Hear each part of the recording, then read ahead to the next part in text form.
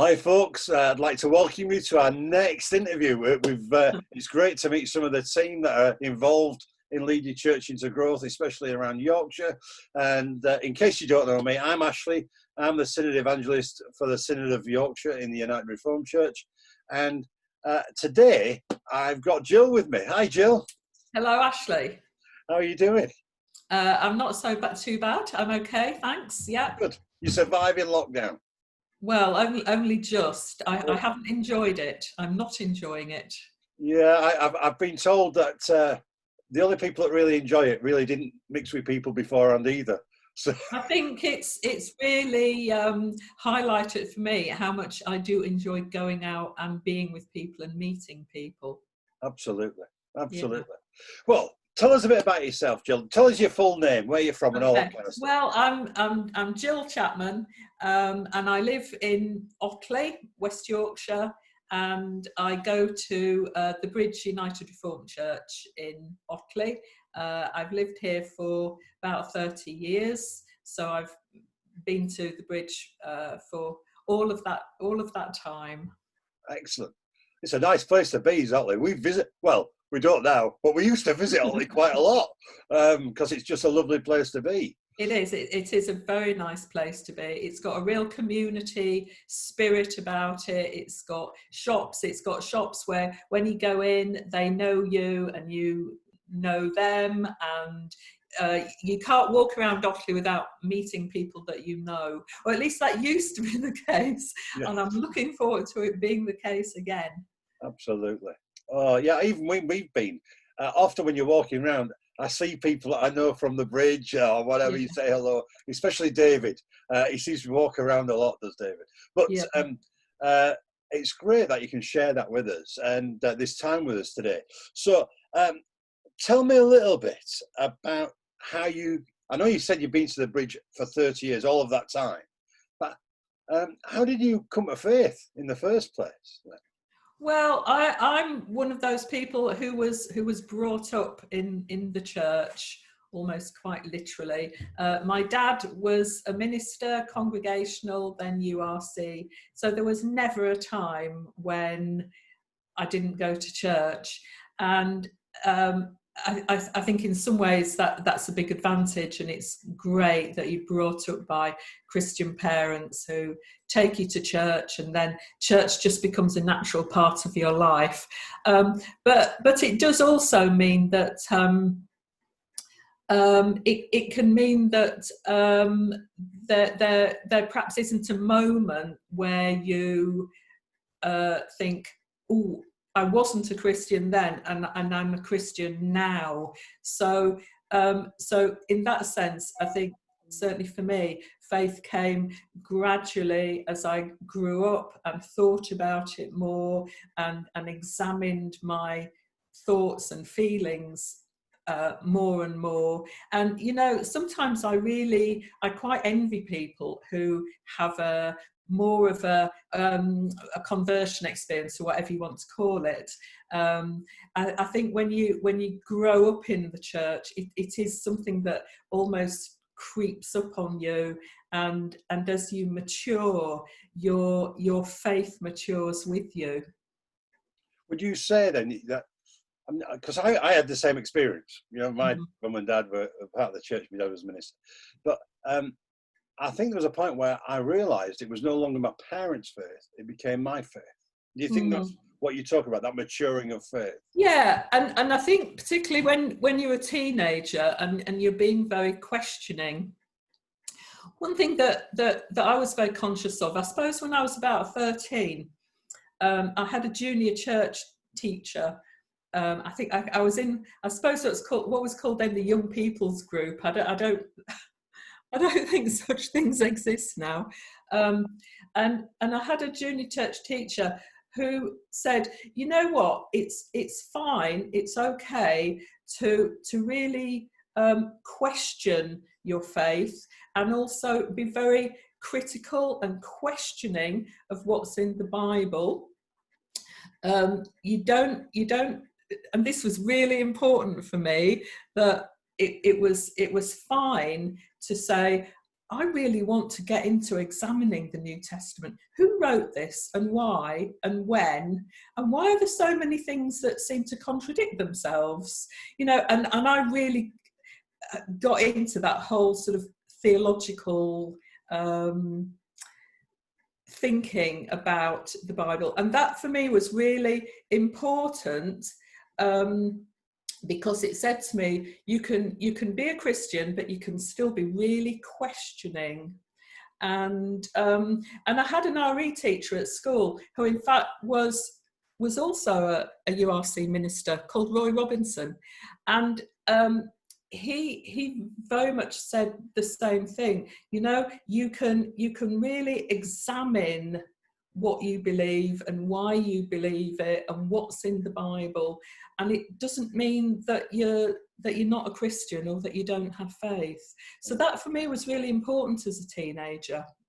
And I think that's when I really matured from it being just, you know, going to church with my mum and dad to saying, actually, this is real for me. I suppose that kind of look means that actually you see that the faith is quite robust. The Christian faith and its story is a robust story. Yes, well, I've always reckoned that if the events around Jesus' death and resurrection were fake, they would at least have got their story. They'd have got their story together and told one consistent story. So I actually find it quite affirming that there are so many things that do apparently contradict in the New Testament, and there's so many things where you can question and say, how did this come about? Why is it written in this way? Who were they writing it for? And why are the Gospels different? And why are the letters? You know, Paul's theology is very different to Jesus' theology. So how did that come about? I find all this endlessly fascinating and very affirming for me in my faith. Excellent. And that's, other people can go on that same journey, can't they? Well, do you know, I think everyone has their own journey, and no two journeys are the same. And I think everyone's journey is equally valid. And I would never want to criticise another person who said, well, for me, my faith journey's been completely different. My experiences have been completely different to yours, Gill. I can't relate to how you feel about things, Gill. I would say that's absolutely fine. If it works for you, if it affirms your faith, if it's what feels right for you, that is absolutely fine. Yeah, I suppose everybody's journey will be different. I suppose that's why the stories in the New Testament are different, because they're taken from people's different viewpoints of how they very much so. See the different situations. So I suppose that leads me on to, why are you part of our team? What draws you to lead your church into growth?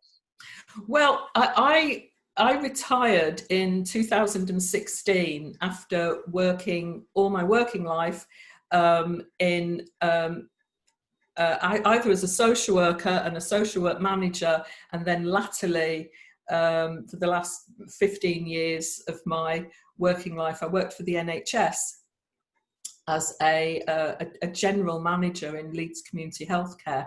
I retired in 2016, and this opened up so many opportunities that aren't there when you're working to do lots of new things. And we had a church growth team at the Bridge, and I wasn't part of it, but 2 or 3 people were going to go on the LYCIG course that year in October 16, and I was asked if I'd just be a reserve person in case someone couldn't go, and someone couldn't go, so I ended up going. So somewhat unexpectedly, and I then said, well, I think I ought to become part of the church growth group. But that conference was just absolutely fantastic. It's the best conference I've ever been to. it really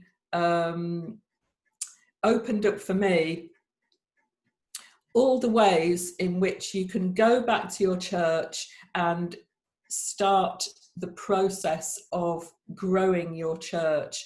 And one of the things I really liked about it was that it wasn't over prescriptive. It said any church can do this, small, medium or large, whether you're a very traditional church or a very evangelical type church. You find the ways that work for you in your church. But it just gave us so many ideas about what to do and how to do it. So that's how I got into LYCIG. And then I've actually been 3 times because I think each time you get something new out of it, and also it's just really, it's a great 4 days. I would recommend it to anyone. And you meet lots and lots of other people, lots of people from the Church of England, because whereas the URC is a minority in the leading your church into growth. But it was really nice also to meet lots of people from other URC churches in the Yorkshire Synod. And I just thoroughly enjoyed it, and it just gave me so many ideas about what to come back and do in the Bridge Church. Was it helpful? I know you went with other people from the Bridge, so was that helpful, wasn't it, to go with more than just... Yeah, I would definitely recommend 2, 3, 4 people going from the same church, because you really bounce ideas off each other. And also, when you come back to your church, it can actually then be quite difficult to convey just how brilliant the course was, the conference was. And inevitably, when you come back, there's a bit of you go down a little bit, because you think, oh, I'm never going to be able to quite get over how good this was and all the ideas that I came away with. And if there's more than one of you, you're there supported in that process then of translating what you've heard and seen on the LYCIG course in the context of your own church. Excellent. Well, if anybody doesn't want to go after hearing that, they must have no life in them. Tell me a couple of other things, Jill. Either something that's happened during lockdown that has affected you, or perhaps something you're looking forward to as you move out of lockdown. Well, I have found this a really difficult time, and it's really brought home for me how much I need and enjoy and appreciate the fellowship of being in a church. And I know the church isn't the building, it's the community of people, but I have really missed being able to go into church, and worship corporately and be all together. So I'm looking forward to being able to go back to that, although I think the reality is that it seems like worship's going to feel different for quite some time by the sound of it, given that we're going to have to be very careful about how we conduct worship, because COVID-19 hasn't gone away, and it seems like it's going to be with us for quite a long time. So we are going to have to be careful, and we're going to have to think quite carefully about how we worship and how we meet people's needs when we do reopen the church doors. But I have found, Zoom services just aren't much of a replacement for me, I'm afraid. Well, for those that are doing them, we're really working quite hard at putting them together. Well, if people have really enjoyed them and got lots out of them, I'm really pleased for them. Again, we're all different, and for me, it just doesn't It doesn't really float my boat. But if people have got lots out of them, I'm pleased for them. It is more difficult. You don't get the fellowship, do you, in the same way? No. So what are you looking forward to as a person? What's the first thing you're going to get done when you... Well, I am having my hair done later this week. I mean, my hair has never looked such a mess in all its life. And look at these grey hair. Don't talk to me about grey.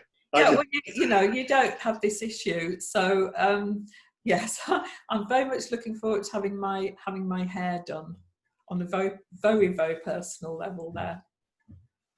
Gill, thank you for sharing with us. It's been great. Is there anything else you want to say just before we sign off?